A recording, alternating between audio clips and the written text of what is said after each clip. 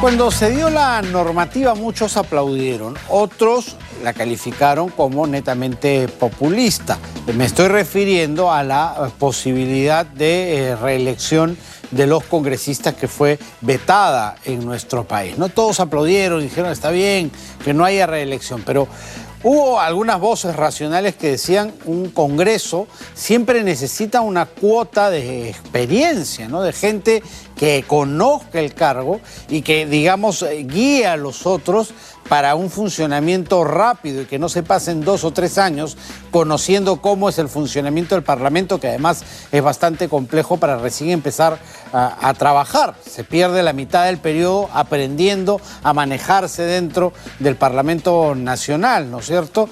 Bueno, finalmente la ley prosperó porque fue muy popular en su momento y se prohibió la reelección de congresistas. Todos tienen que pasar un periodo, dejar descansar un periodo si es que quieren volver a presentarse. Y eso que en nuestro país la reelección, cuando se permitía, era bastante baja, no llegaba ni el 30% de candidatos que iban a la reelección y que salían finalmente elegidos, así que no era un problema real, pero finalmente se dio así. Bueno, hoy tenemos que el 78% de los legisladores no tienen ninguna experiencia, cero experiencia en gestión pública. ¿Cómo afecta esto el desenvolvimiento? ¿Cómo afectará el desenvolvimiento del Congreso, del Legislativo, a futuro, en los próximos 5 años? Estamos con César Fuentes, que es director de la Maestría en Gestión Pública de SAN, para conversar justamente de ese tema. ¿Cómo estás, César? ¿Qué tal? Bienvenido nuevamente en Contactos. Encantado. Siempre se reclamaba, ¿no?, entre las voces pensantes, racionales, que el hecho de vetar totalmente la reelección iba a hacer que la inexperiencia cundara, y eso no es positivo. Si bien la reelección masiva no lo es y se necesita un recambio, tampoco la prohibición total. Así es. Yo creo que hay que tenerlo. Esta es una medida típicamente llamada populista, ¿no? Tiene un efecto inmediato en el electorado que piensa que, primero, que el congresista está ahí para lucrar a nivel personal, y hay esta animosidad de la ciudadanía con respecto al Congreso. Eso es un tema que ocurre en casi toda América Latina. Y efectivamente lo que tú mencionas es cierto, ¿no? Es decir, esta idea de que errada, de que el congresista se iba a quedar en el curul varios años, realmente ha sido una pequeña minoría que ha podido reelegirse.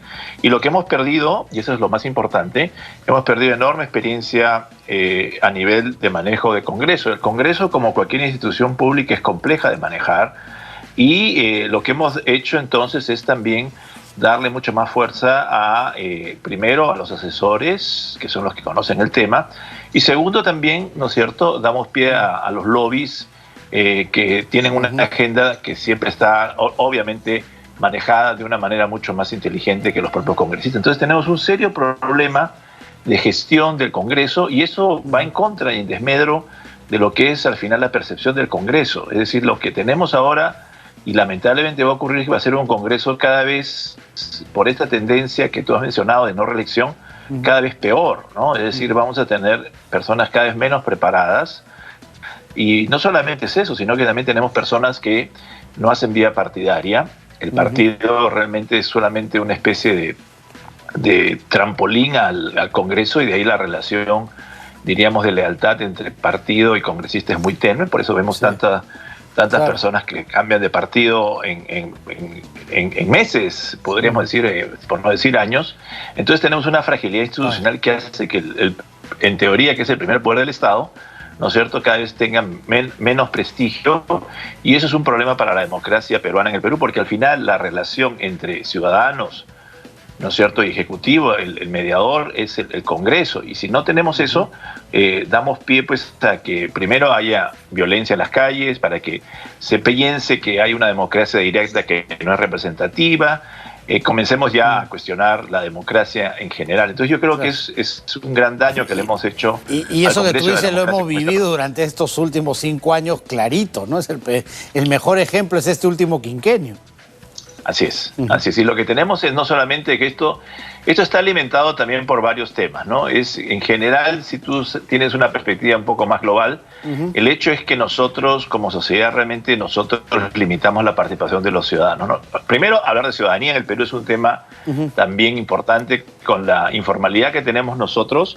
El tema, ¿no es cierto?, asociado a ciudadanía es tenue, ¿no? Tenemos 70% de la población es informal. Esta relación ciudadano-estado, que es el pilar de una democracia, la tenemos de manera muy frágil. Segundo, a nivel educativo, por ejemplo, y probablemente ha pasado a ti, teníamos antes cursos, por ejemplo, como educación cívica, como detalle de lo que era la relación ciudadano-estado a nivel de colegios, cosa que no se tiene. Y entonces todo esto lo que ha generado es una cosa que es terrible, que también es un clientelismo político enorme, ¿no? Porque lo que ocurre ahorita, el Estado, como es trampolín para muchos de los congresistas, también es trampolín para los seguidores en lo que son cargos públicos, ¿no? Es decir, la idea está de que hay una relación clientelar entre lo que es el votante y el que gana el poder, ¿no es cierto?, para temas de empleo, contratos públicos. Entonces realmente los temas de corrupción se multiplican por esta razón. Además, esta cifra justamente que se refiere a lo que tú estás comentando es 78%, no es que solamente sean nuevos en el Congreso, sino que tienen nula experiencia en gestión pública, nunca han ocupado un cargo público. Para que tenga el televidente una idea, es decir, ellos no han sido ni regidores, no han sido alcaldes, no han sido congresistas en otra etapa, es decir, son noveles en el tema. Y además muchos de ellos también son candidatos prestaditos, por decirlo de manera un poco más coloquial, es decir, que han subido al carro del Congreso en el último minuto, probablemente pagando una cuota o aportando, o siendo, ¿no es cierto?, personas relevantes. Claro. Acá tengo un porcentaje que va a graficar lo que nos estás diciendo. El 31% de los virtuales congresistas electos no está afiliado a ningún partido. Y el 54% se afilió a última hora, o sea, para poder participar y nada más. Ahí están las cifras. Y ahí está el problema también, ¿no? Porque los partidos son justamente, deberían ser el lugar donde los políticos se preparan, ¿no? Históricamente, por ejemplo, partidos como el APRA, como el Partido Popular Cristiano, o partidos de izquierda, como los partidos comunistas, tenían justamente escuela de estos cuadros políticos, donde poco a poco la gente, ¿no es cierto?, va mejorando y iba ascendiendo, ¿no? Primero probablemente siendo un regidor, de ahí una alcaldía, si eventualmente antes había un congreso, un diputado. Entonces poco a poco, ¿no es cierto?, iban mejorando sus capacidades técnicas, su mejor visión dentro de su ideología, ¿no es cierto?, una visión política más amplia, y teníamos cuadros políticos que realmente podrían dar la talla, ¿no? Claro, además que hayan idearios, ¿no? Ideas grupales que se puedan defender, porque acá finalmente llegan a defender intereses sumamente particulares, finalmente. Antes había esta idea. Bueno, es que el tema es que nosotros hemos, yo creo que el gran problema que tenemos es que los peruanos, ¿no es cierto?, en aras de esta idea del sentido común, ¿no es cierto?, o del corto plazo, no tenemos una visión de mundo, que es importante tenerla, sino cómo ordenamos efectivamente de esta visión, pasamos lógicamente a lo que son los planes y eventualmente, ¿no es cierto?, lo que son las estrategias y las tácticas que cada partido debe tener, que es legítimo en una democracia. Yo puedo tener una visión de derecha, una visión de izquierda, una visión de centro, y discutir justamente, esa es la idea también del Congreso, discutir y buscar consensos. Y esto es un poco la función de toda democracia en el mundo.